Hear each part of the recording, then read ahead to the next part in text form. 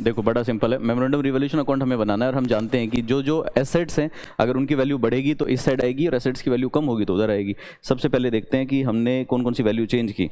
जैसे क्वेश्चन कह रहा था कि बेड डेट्स का प्रोविजन बनाना है 10%, तो बेड डेट पे 10% प्रोविजन अगर बनेगा तो इससे तो बेड डेट्स की वैल्यू कम होगी, डेटर्स की वैल्यू कम होगी ना।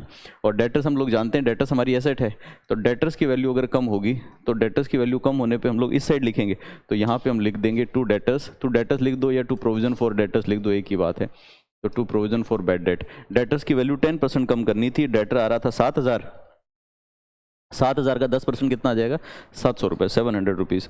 उसके बाद क्वेश्चन दूसरा पॉइंट आपको कह रहा था कि स्टॉक की वैल्यू 12,500 है और क्वेश्चन कहता है कि उस वैल्यू को 500 रुपये 12,000 करना है, तो 12,500 के स्टॉक को अगर 12,000 करना है तो इसका मतलब इसकी वैल्यू भी कम करनी है 500 रुपये। एसेट की वैल्यू कम होगी तो इधर की साइड आ जाएगा, तो लिख देंगे टू स्टॉक अकाउंट 500 रुपये।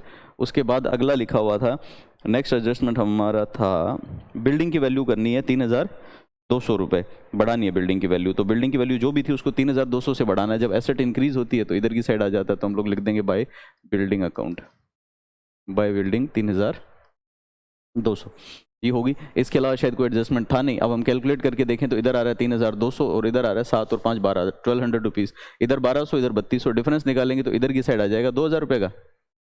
2,000 ही आ रहा है ना, 2,000 ही आ रहा है, कुछ और आ रहा है। 7 5 1200, 32 में से 1200 के 2,000 आ जाएगा, यही आ रहा है। चलो ये 1,200 रुपये का प्रॉफिट हो गया। अब बस यहीं तक का काम इसमें होता है, इसके अलावा कुछ करने की ज़रूरत नहीं है। इनके लिए कोई भी अकाउंटिंग एंट्री पास नहीं होगी, बस